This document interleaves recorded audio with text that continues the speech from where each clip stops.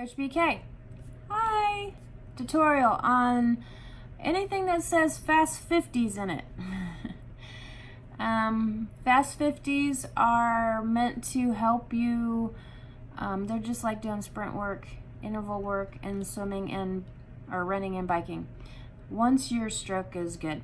Okay, so the fast 50s, the pace that you are wanting to kind of hold yourself to is determined hopefully by an endurance test or a pace test, or your coach has told you one. Or if you are trying to get to a certain pace, you know, say you're swimming at 115 right now per 100, 215 per 100, and you want to get to 2 per 100, so 15 seconds quicker. You would do fast 50s at, say, 210 for a bit and accomplish the fast 50s, and then knock it down to 205 and do the fast 50s. And then we would maybe do more fast 50s, like instead of 10, do 20, and then hold that at a 210 to a 5 pace.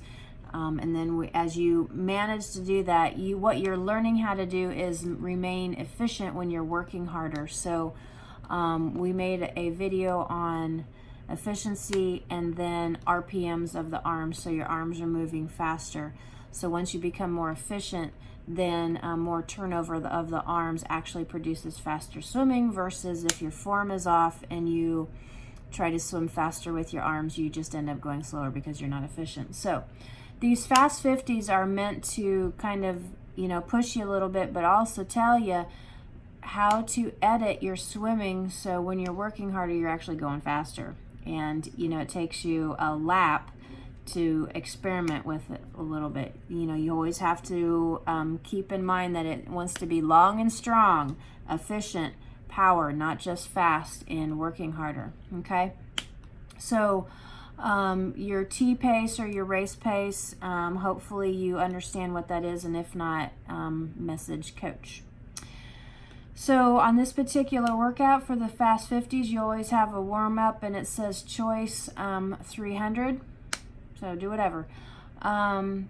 This particular workout, the sprinting run work, I highly suggest that you guys run, like run before you swim. It'll make these workouts a lot easier. I can't warm up in 300 yards to do sprint work. So I always do cardio and running before some of this stuff. Anyway, the main set on here on this particular one is 10 by 50, 10 50s. So that's 10 laps. It's 500, okay? And you're trying to maintain a pace. So your T pace, race pace. So there isn't a rest interval in this particular workout because it's based on the interval time. So say we're trying to you're trying to maintain 210 per 100. I know that's a little bit slower for some of you, but 210 per 100. So that means that you split that in half, 205 per 50. So that means that the interval on your watch, every 105, you're starting to swim. So if it takes you a minute to do the 50, you get 5 seconds rest, and then you go. You're on point on that 105. And so the next time, if it takes you a little bit under a minute, you get a little bit more rest. If it takes you 103, you get 2 seconds rest. If it takes you 105, you don't get any rest. If it takes you longer and then consistently takes you longer, then we need to talk about is the pace okay, what's going on in that particular day, or do we need to go back to doing drills and whatnot. So that's kind of how you work these workouts. If you wanted to, you could structure it a little bit different and say, okay, I'm going to maintain a 1 minute pace on my 50, and I'm going to rest for 3 seconds or 5 seconds. Don't rest very long. That's not how you would see some of the master swim type of workouts scheduled.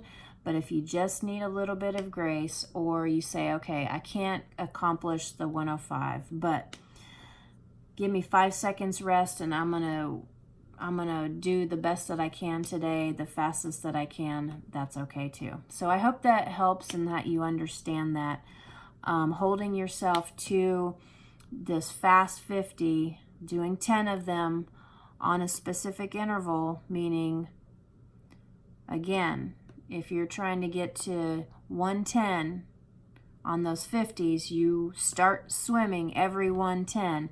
So if it takes you 1 minute to get back, you have 10 seconds rest. If it takes you 105 to get back, you have a 5-second rest. If it takes you 109, you have 1 second rest.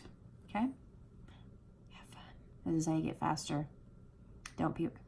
Something else I wanted to add a little bit about the swim, the sprinting swim.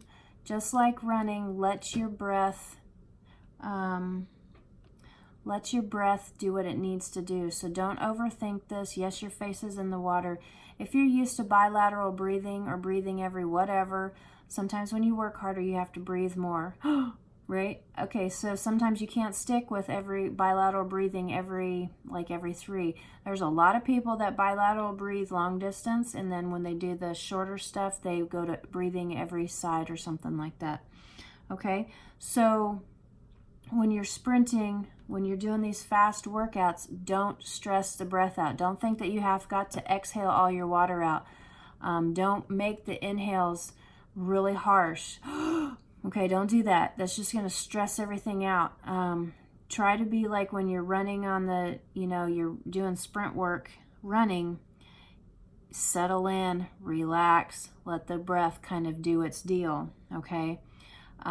So be okay with, if you're an every 3 stroke kind of person, but you're doing your sprint work, you might need to go to every 2. So just because you need more oxygen. Once you get stronger, more efficient and whatnot, and you can hold the pace with less effort, maybe you can go back to every 3. So a little bit of add-on.